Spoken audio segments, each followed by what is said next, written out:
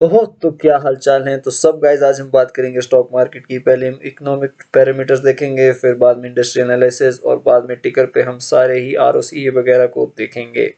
तो let's get started. तो यहाँ से हम इस साइड पे हम आ चुके हैं। तो ये लिंक आपको मैं शेयर कर दूंगा। ये इंटरेस्ट रेट, इन्फ्लेशन रेट और GDP growth rate. GDP growth rate मान लो डायरेक्टली प्रोपोर्शनल है कि निफ्टी कैसे ऊपर नीचे जाएगा, क्योंकि मेनली जीडीपी डिपेंड करता है कि आउटकम आज कंपनीज कितना देती है। इन मतलब इंडिया का मान लो कि आउटपुट कितना है। जितना ज़्यादा जितने ज़्यादा पैसे होंगे, उतना ज़्यादा मान लो कि वो जॉब्स होंगी, और जॉब्स से कंपनीज में इन्वेस्टमेंट बढ़ेगी और निफ्टी भी ऊपर जाएगा। फिर बात करते हैं हम इन्फ्लेशन रेट की। जितना ज़्यादा इन्फ्लेशन होगा उतना हमारे लिए घातक है, क्योंकि मान लो इन्फ्लेशन ज़्यादा तो महंगाई ज़्यादा होगी, और महंगाई ज़्यादा होगी तो लोग सामान कम खरीदेंगे और companies will be at loss most reasonably. तो फिर अब मान लो आपने इन्फ्लेशन ये सारी देख ली और पैरामीटर्स बैठती है, तो आपको एक हल्का आइडिया लगेगा निफ्टी ऊपर कैसे जाएगा और सेंसेक्स भी। फिर आप आएंगे इधर, आप कोई भी इंडस्ट्री चेक, तो फॉर एग्जांपल मैं चेकता हूँ सीमेंट इंडस्ट्री।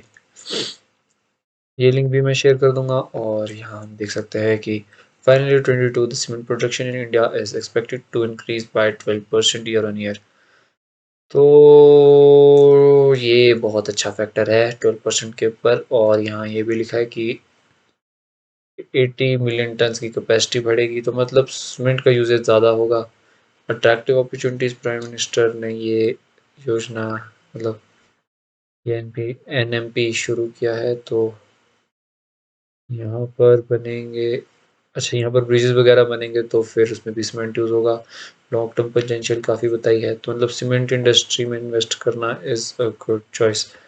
तो फिर यहाँ से भी हम देख सकते हैं कि ये इंडस्ट्री अच्छी है। फिर हम यहाँ पर कोई भी स्टिकर पे जाके आप कुछ भी सर्च कर दीजिए, जेके सीमेंट या अल्ट्राटेक, कुछ भी यहाँ आ जाएगा। तो मैं ज़रा जेके सीमेंट का ही देखता हूँ। तो हमारे लिए मेन रेशियोज हैं होंगे आर ओ सी ई और डेब्ट टू इक्विटी। यहाँ नहीं है तो डेब्ट टू इक्विटी ला लेता हूँ मैं ऐड करके। हाँ, तो डेब्ट टू इक्विटी 1 से कम होना चाहिए, और ये है इन दिस केस तो अच्छा है। आर ओ सी ई 18 से ऊपर होना चाहिए, और ये है, और ये भी 15 से ऊपर है। नॉट दैट अट्रैक्टिव, पर ये बेसिक पैरामीटर्स को सेटिस्फाई तो करता ही है। मार्केट कैपिटलाइजेशन भी अच्छी है। पीई पीई मेनली आप इस रेशो को भी देख सकते हैं। पीई मतलब आपको रफ आइडिया देगा कि आपको मतलब प्राइस टू अर्निंग रेशो कितना है। मतलब 31 टाइम्स ये इसका प्राइस ज़्यादा है जितना आप अर्न करेंगे। डेप्ट इतना है। चलो, सेल्स ग्रोथ इतनी ज़्यादा नहीं, पर ठीक है। प्रॉफिट ग्रोथ काफ़ी मैसिव है। और यहाँ देखिए स्टॉक यहाँ पर ऐसे टम्बल हुआ है नीचे तक, ऐसा क्यों हुआ है ये हम देखेंगे, या इनने मर्ज किए या कुछ। अब हम नीचे जाएंगे। Profit growth 5 year 42, 3 year 20%, 1 year 50%। Reasonable, ये थोड़ा अनरीजनेबल है, पर ये चलो अच्छा है। ये भी ठीक है बोलूँगा मैं। और फिर अब मोटर की होल्डिंग काफ़ी सही है। डीआईआई और एफआईआईज ने भी अच्छा इन्वेस्ट किया हुआ है, तो ये भी ठीक है। मतलब एफआईआईज वगैरह इस कंपनीज में इंटरेस्ट दिखा रही हैं।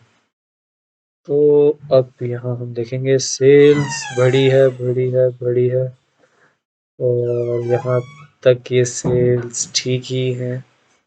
हम्म, यहाँ ठीक है, यहाँ गड़बड़, फिर यहाँ ठीक, यहाँ भी ठीक। तो डिसेंट कहूँगा मैं।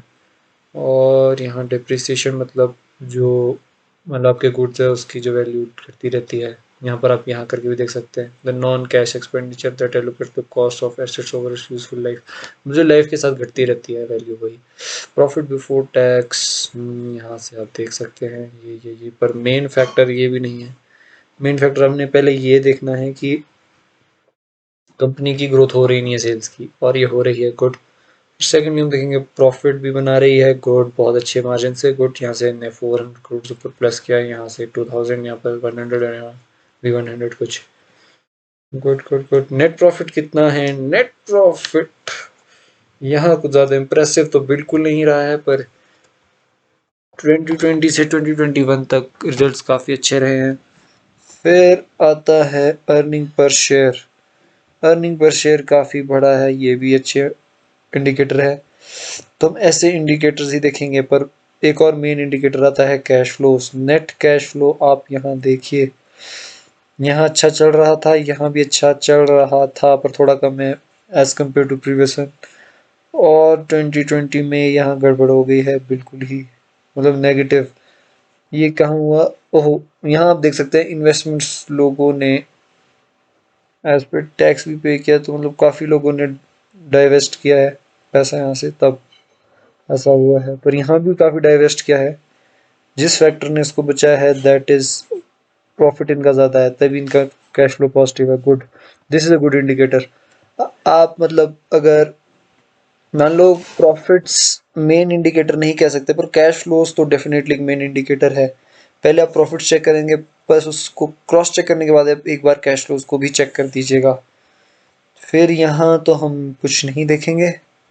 और अगर आपने फॉलो करना है और मतलब आपने और डीप इंफॉर्मेशन को देखना है और मतलब और इसको एनालाइज करना है, तो हम जाएंगे इसके प्रोस्पेक्टस पर।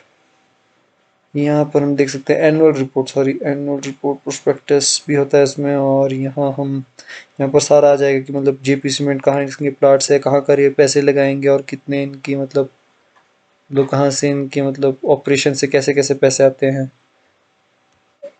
और बाकी भी पर्सनल इंफॉर्मेशन की मतलब आगे इनके मतलब फ्यूचर गोल्स कैसे हैं, सब कुछ यहाँ बताएगा। अगर आपने डीप स्टडी करनी है जैसे वॉरेन बफे वगैरह करते हैं, तो आप इनके एनुअल रिपोर्ट वगैरह भी पढ़ सकते हैं। तो thank you guys, this is it. और ये सिंपल स्टेप्स करके आप डेफिनेटली इन्वेस्ट कर सकते हैं। अगर आपने बहुत और आगे रिसर्च करनी है, तो आपको यहाँ तिजोरी इस पे जाना है। ये आपको मतलब बिना मतलब एनुअल रिपोर्ट्स चेक किए आपको सीधा डिटेल्ड रिपोर्ट्स ही दे देगा। Thank you guys. पर ये मान लो कि आपको मतलब 7000 खर्चने पड़ेंगे फालतू के पर मंथ, तो इससे बचने के लिए आप बस यहीं ऐसे प्रोस्पेक्टस वगैरह पढ़ के मतलब एनुअल रिपोर्ट्स टाइप और ये सारी रिसर्च करके भी आप खुद ही कर सकते हैं। Thank you guys.